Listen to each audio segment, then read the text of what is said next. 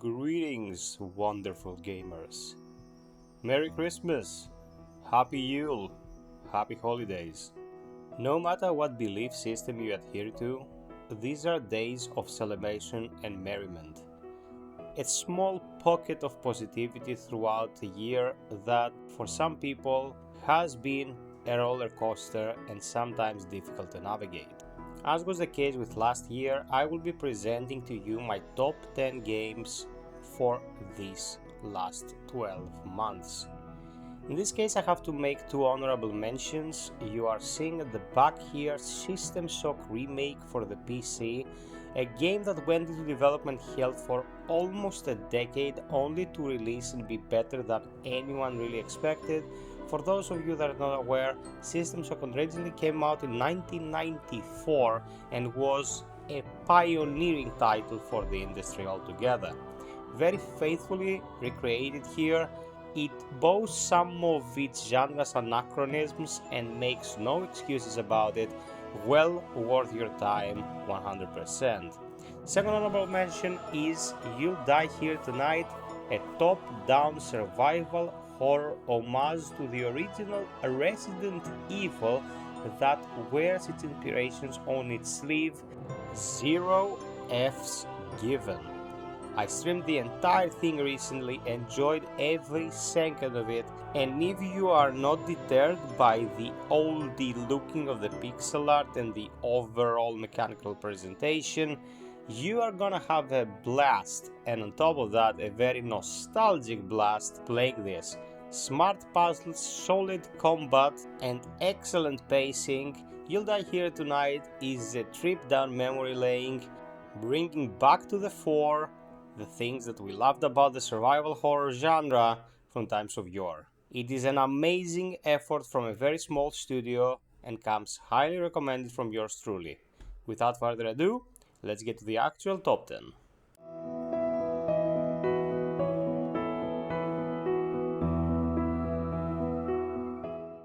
Starting at number 10, Exoprimal is the best game of the year that no one freaking played. A mixture of PvE and PvP, supported by amazing tech thanks to Capcom's RE engine, it is a hero shooter unlike any other. People have been asking for Dino Crisis Rebirth for so many years, but trust me when I tell you people, Dino Crisis is very nostalgically remembered, and if you try to play Dino Crisis 1 today, you probably aren't gonna have a good time.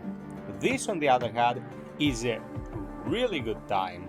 Fast-paced, performing to specification, and following a bonkers story despite its multiplayer nature, Exoprimal is one of the best examples of strange games coming out of a really big developer that usually doesn't take any chances.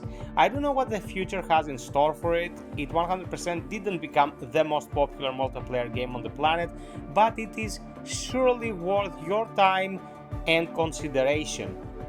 Just looking at this footage fills me with joy. It's such a crazy ride.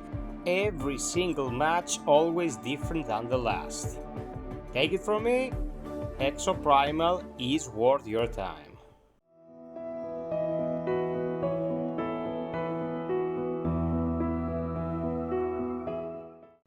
Moving on to number 9, Remnant 2 is the awesome sequel we've been expecting. If you know me, you know I loved Remnant 1, I really tried to push it on the channel with some streams back in the day, didn't really catch up, and sadly Remnant 2 didn't catch up either. When it came out, everyone and their grandmothers made content for this because it came in a month that was otherwise kinda dry. Sold a shitload of copies and released excellent DLC recently. It's proof that the game deserves all the praise it got. I get the strange feeling every time I play Remnant, like all I wanted is right here, but for some reason there is a piece missing. Probably has to do with the fact that Gunfire still hasn't ironed out all the kinks of the game. There are a couple of strange bugs when it comes to the calculation of damage or the cooperation between specific mods, but it is a drop in an otherwise honey-made ocean. Fun from first to last moment. I know some of you struggle to get into it because of Nerud is a very rough area to begin your quest in, but all in all, man, Remnant is amazing fun solo and even more fun if you're playing with friends. Highly recommended by yours truly.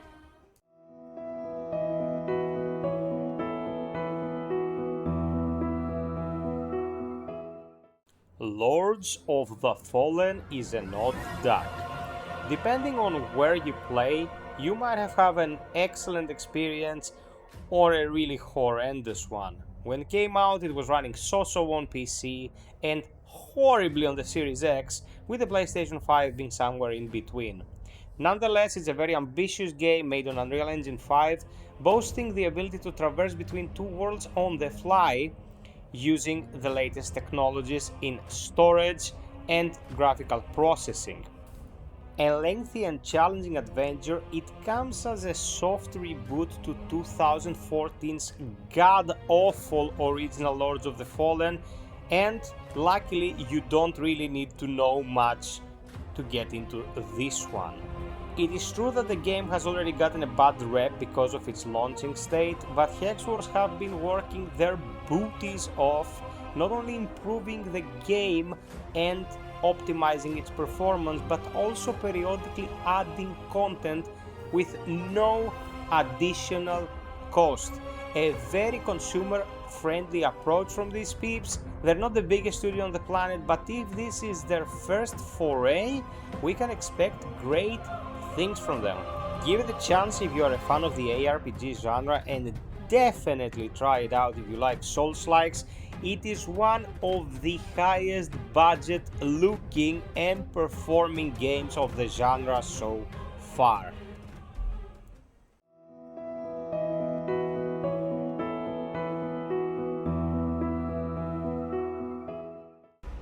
Bleak, FiOth, Forsaken is an action RPG/adventure created by Archangel Studios, a company consisting of 3 people, 1 programmer, 1 designer and 1 music composer. It is one of the strangest releases I have experienced in my entire life. When the game first came out, it came in a really poor state, and there was some unwarranted controversy when it came to its assets, but the peeps that made it have been working the hardest I've ever seen in order to realize their original vision for the game. Its world is simply mesmerizing, boasting a weirdness and sense of scale that's rarely ever found in any game in any genre. I don't understand how they thought they would be able to pull this off, but almost 1 year later, Bleak, FiOth, Forsaken is almost the game it can be, and it's glorious to play through it. I'm in constant communication with the developers, and we have some things planned for this. It will also be coming to consoles real soon, so you can be sure everyone will have the chance to experience this glorious adventure.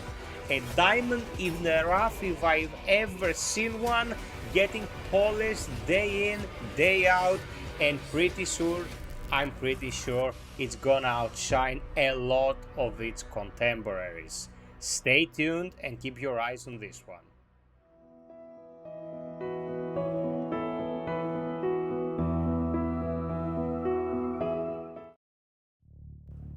Armored Core 6 Fires of Rubicon is the mecha game that fans of the mecha genre never expected to get in this day and age. Top-notch production values, running smooth as butter on every system, and if you know what Armored Core is, this is the penultimate title in the series. Some vets might disagree about the direction of specific mechanics and the way the customization was handled, but this game is actually playable in 2023 by people playing video games in 2023 and not 1997. The old Armored Core games were very hard to approach and get into. I'm speaking from personal experience, but I got into this very easily, and the customization options are insane. This is a build crafter's wet dream. It's kinda strange that the missions feel so contained, but I suppose it's what they wanted to do to streamline the action and cater to specific instances. If this game got a bit larger scope, and no, I don't mean open world, just larger scope when it comes to each sortie, maybe we would have gotten an even more immersive experience. It surprisingly boasts an excellent story, and recently got a ranked PvP and even more Armored Core parts for the grand total price of 0. FromSoft keeps proving that they put the consumer first, and this game is a gem that shouldn't be missing from anyone's library.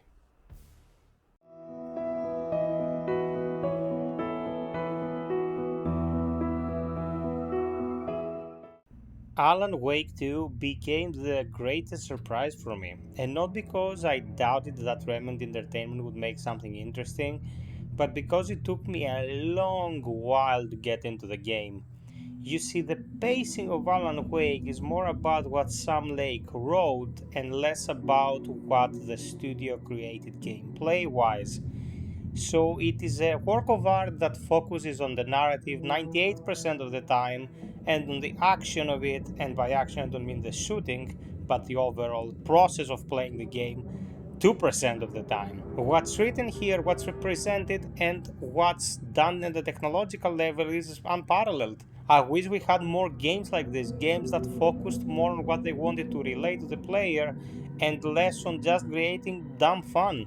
But the second half of the game, when it starts to pick up and waste less time on transitional elements and more on streamlining and funneling the experience towards a specific path for the player to experience and enjoy, it is insanely well done. It pays off at the end, although it will require some patience in order to make the most of it. Highly recommended if you like slow burners, but take this with a pinch of salt if you don't.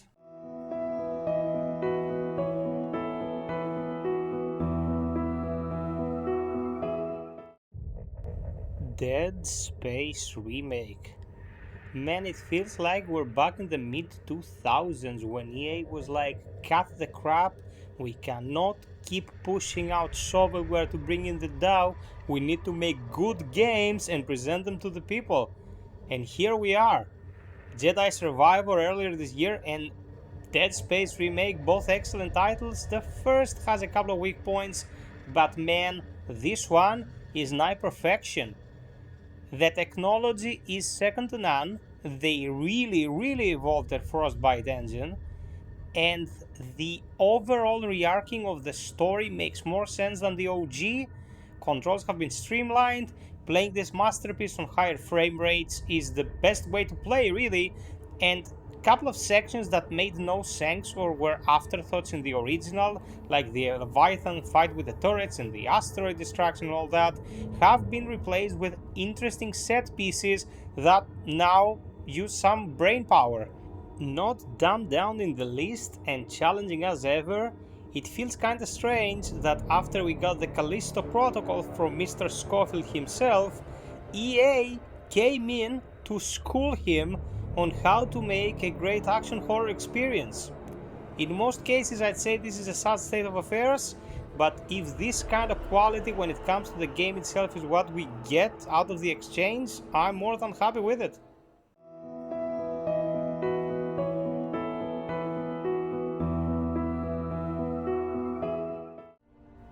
Yet another remake and another Capcom title, Resident Evil 4 Remake, is perfection. In most years' top 10s, that would have been my game of the year. And it's really nice to see me being in the same predicament as last year, when I played Asterigos and I was like, this is top shelf stuff. But of course Elden Ring exists, so Elden Ring was gonna get top game of the year. There is nothing that's done here in a worse manner than in the OG. Guys, deal with it.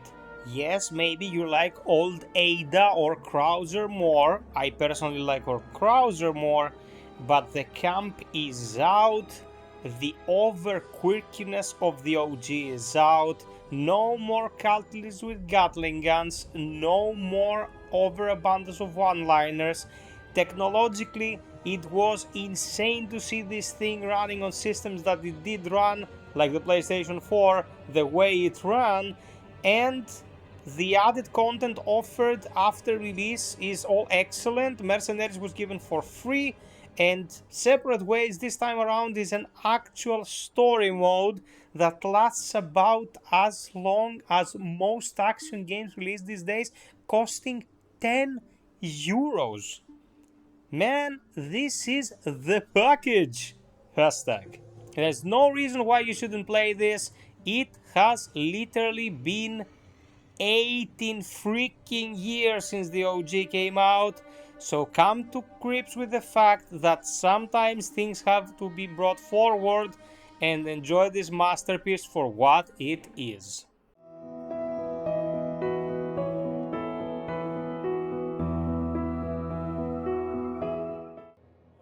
I can't believe it took me this long to sit my ass down and play Baldur's Gate 3. When it came out, I came clear with you guys, with the whole community, and was like, I cannot play Baldur's Gate 3 now, because if I do, it will consume my life and I won't be able to get any work done. With the abundance of titles coming out, I had to push for the channel as much as possible. But my freaking goodness, Baldur's Gate 3 is RPG perfection. The fact that you have about as much freedom in this game to do things and approach situations as you would have in the tabletop says a lot about its quality. And on top of everything else, you have sublime technology. The game looks glorious. You zoom in and you see the amount of detail that you could expect from a third-person shooter, to be honest. Amazing writing, unforgettable characters, excellent story and narrative, and a coolness factor that should be illegal in the genre, dude. It is as good as anyone could have hoped in their wildest dreams. After Throne of Baal 1,000 years ago, I thought that this was it. I mean, Dragon Age was good, not Baldur's Gate 2 good, but it was good. And the Divinity and Pillars of Eternity series are also very, very interesting, but this is a totally different scale of awesomeness. If you haven't played Baldur's Gate 3, you should be whipped, publicly whipped, butt naked and covered in olive oil. And honestly, so should I.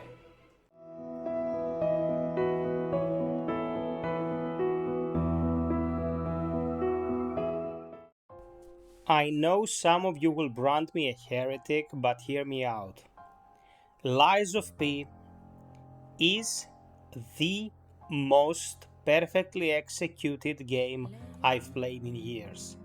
The game knew exactly what it wanted to be and offered us an adventure that never misses a step. Even a couple of the fights that some people hate have mechanical intricacies that make them manageable if you know what to do. It's brutally hard, but fair, and technologically probably the most stable and optimized thing I've ever seen. I was editing a video in the background on the same PC that the game was running minimized, and it only ever crashed once after 3.5 playthroughs and more than 80 hours. Who would have thought that a studio that used to make gacha games and offer assistance in the development of MMOs coming from Korea would make something so new and so beautiful with such soul? Lies of P takes cues from the classic tale of Pinocchio, recreating the world in an even darker tone, and makes the titular character the toughest and baddest mofo ever. The sleek moves, the cool approach to combat and weapon wielding, and the ability to dismantle weapons and recreate your own monstrosities brings a layer of depth that's rarely ever seen in the genre. It is the unofficial spiritual successor to Bloodborne, and when it comes to the technology utilized here, it has surpassed From Software's creation by a landslide. I don't mean the actual content, but look at this thing. It is awe-inspiring. Lies of P is my game of the year because you don't need to know the rules of D&D to enjoy it, and it is very streamlined, very contained. There's barely any fluff, any fat on this. From start to finish, you're always seeing something interesting and fresh, and the approach to combat and the clarity of vision is mesmerizing. Just listen to the track playing in the background, people. There is nothing that can be criticized on a logical basis about this game. Well, maybe except for the couple of affirmation fights that people have been struggling with, but come on. Difficulty should not be a criteria. If difficulty was a criteria, then everyone would hate Elden Ring because Millennia is in it. I know how some of you feel about Souls-likes, but do yourselves a favor and allow yourselves to experience the beauty that is this game. This game's like a sculpture. You can't go back when you chisel, you have to know exactly what you're doing from first to last step. And this is Lies of P. It is flawless, a gem, and a game that will surely be remembered for years to come. I feel so lucky to have been able to experience it.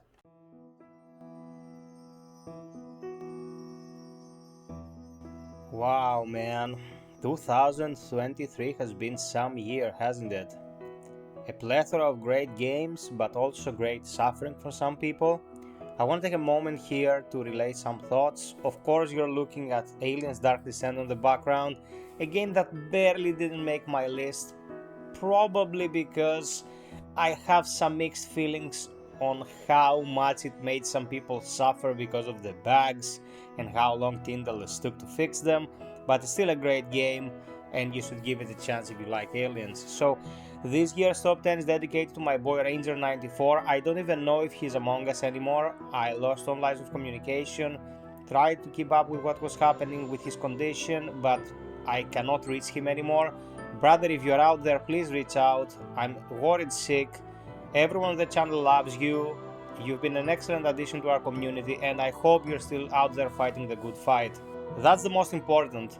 Following that, I wanted to really hammer home the fact that although at the end of every one of my vids I have a call to arms for you saying, guys, help me out here, help keep the lights on, the channel going so you can enjoy the content and all that. This time all I want to do is say thank you from the bottom of my heart. When I started to do this full time 2 years ago, I did not understand all of the intricacies of making it a viable business. But once I opened the door to people supporting me directly, some of you flocked around the cause and make it possible, still to this day. I am extremely thankful to you all. I've gotten some surprises out of the blue throughout these long months and let's say years, because it's been a couple by now, that really took me off by surprise, and it was an amazing feeling to see that people actually care about what I'm doing and what it adds to their day-to-day. You're all very important to me, guys, and especially you who take out of your own comfort to help me keep doing what I love, what I enjoy, and what makes my life engaging and stimulating. Words cannot express my gratitude. There's more awesome stuff to come in 2024, both for you watching and me making. And of course, the community is welcoming every single member, no toxicity, no bigotry, no space for any kind of negativity in these parts. And I swear to you, it'll stay this way no matter how much this grows. I'll always be your FiOth, a person you can speak to directly and say stuff about my mom and shit.